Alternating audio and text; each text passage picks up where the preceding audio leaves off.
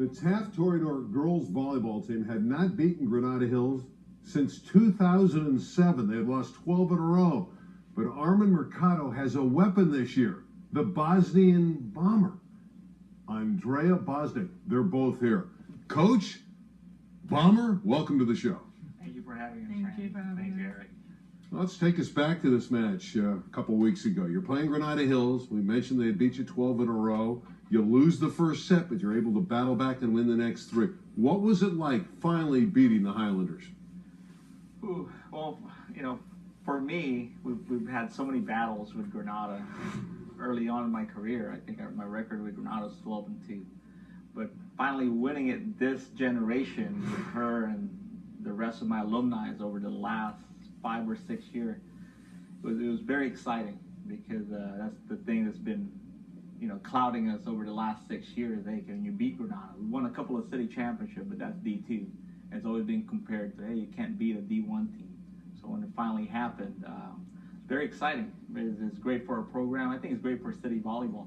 And Andrea, I know you had 43 kills in 4 sets, which is an astounding number in itself, but what was going through your mind when your team was finally starting to build momentum and you're thinking, maybe we finally will beat the Highlanders?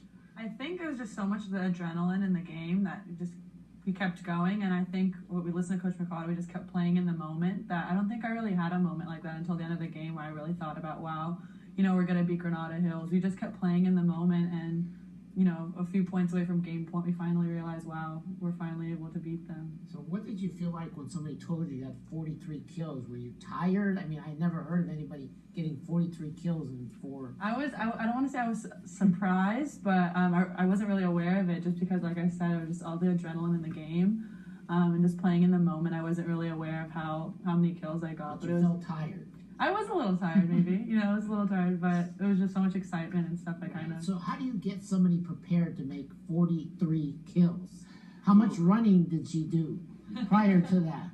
Well, it's all the summer training. You know, one thing I want to say is that she's been out for 5 months, and we slowly got her back during July.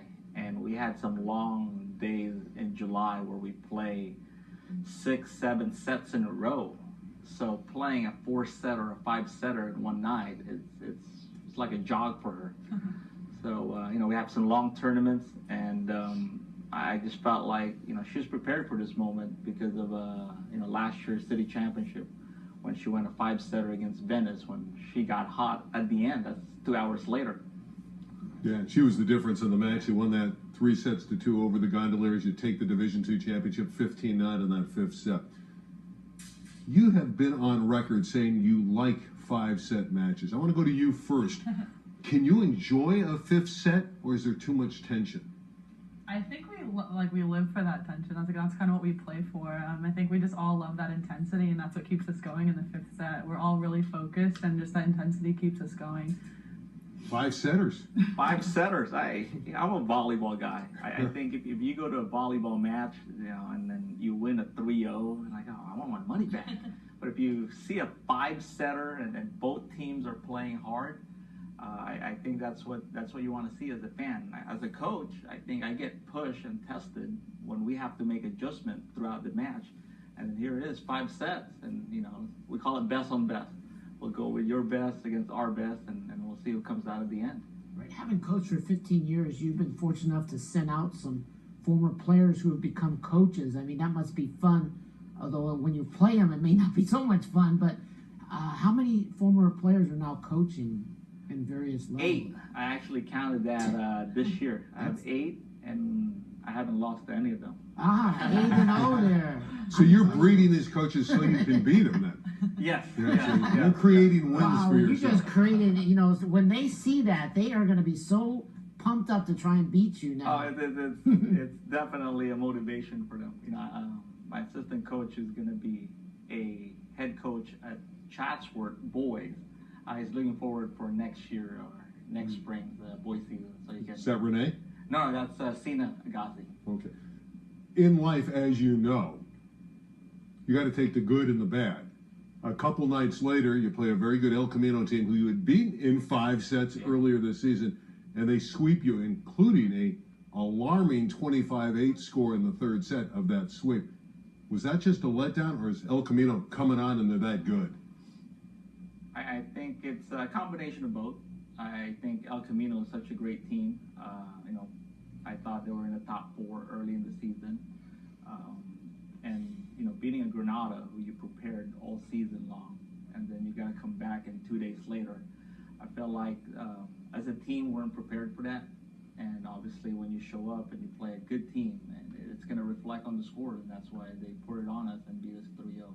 Andrea, can you talk about Bosnia, because you were born there? I mean, what's the background in that, and have you been back at all? I was actually born here. My family was born there. I visited a lot as a child in my early childhood.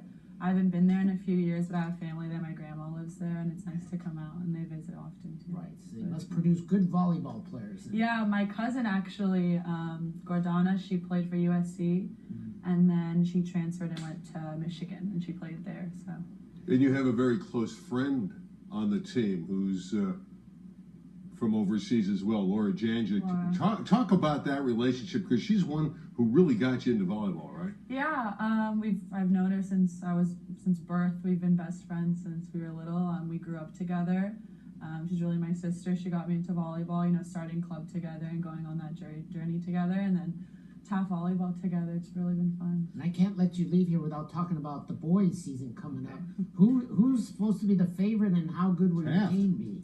I think Carson would be a favorite. They're defending champs, and I think they're getting taller. They have 4 guys from JV, I think like 6'3", 6'1", 6'1", 5'11", and after that, the whole West Valley is pretty good.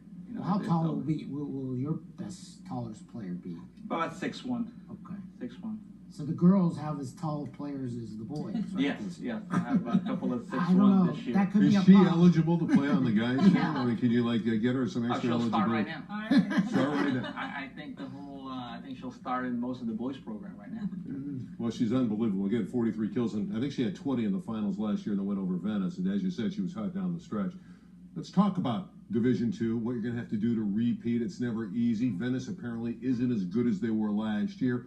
Fairfax, however, appears to be very good. You break it down. Where's your competition going to come from?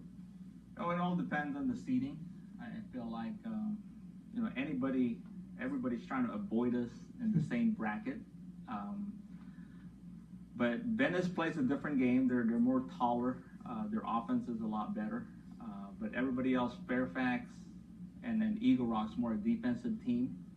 And if we play them, we have to play a different brand of volleyball, compared to what we see in the West Valley. So we're preparing for both. We really don't know what's going to happen, but it's a big challenge for us because we won a couple of city championships. I've never been back there to defend it. So we're looking forward for that challenge in the playoffs. Speaking of challenges, you still have to play Granada Hills one more time on the 30th, the eve of Halloween. They're going to be ready for you. They're going to come to Taft. It's not going to be easy. They're going to be pining for you, Miss Bomber. Your thoughts on that one? I'm excited. I think it's going to be even more fun than the last one was, and I think that's a lot to say just because how great of a game that was, but I'm really excited. The fans will be out in force, right? Yeah. Yeah, Sarah Haggie's really good. The red zone. Sarah Haggie's really good. She is, and she's only a sophomore. So City, look out for her. Yeah, be nice to her. Yes.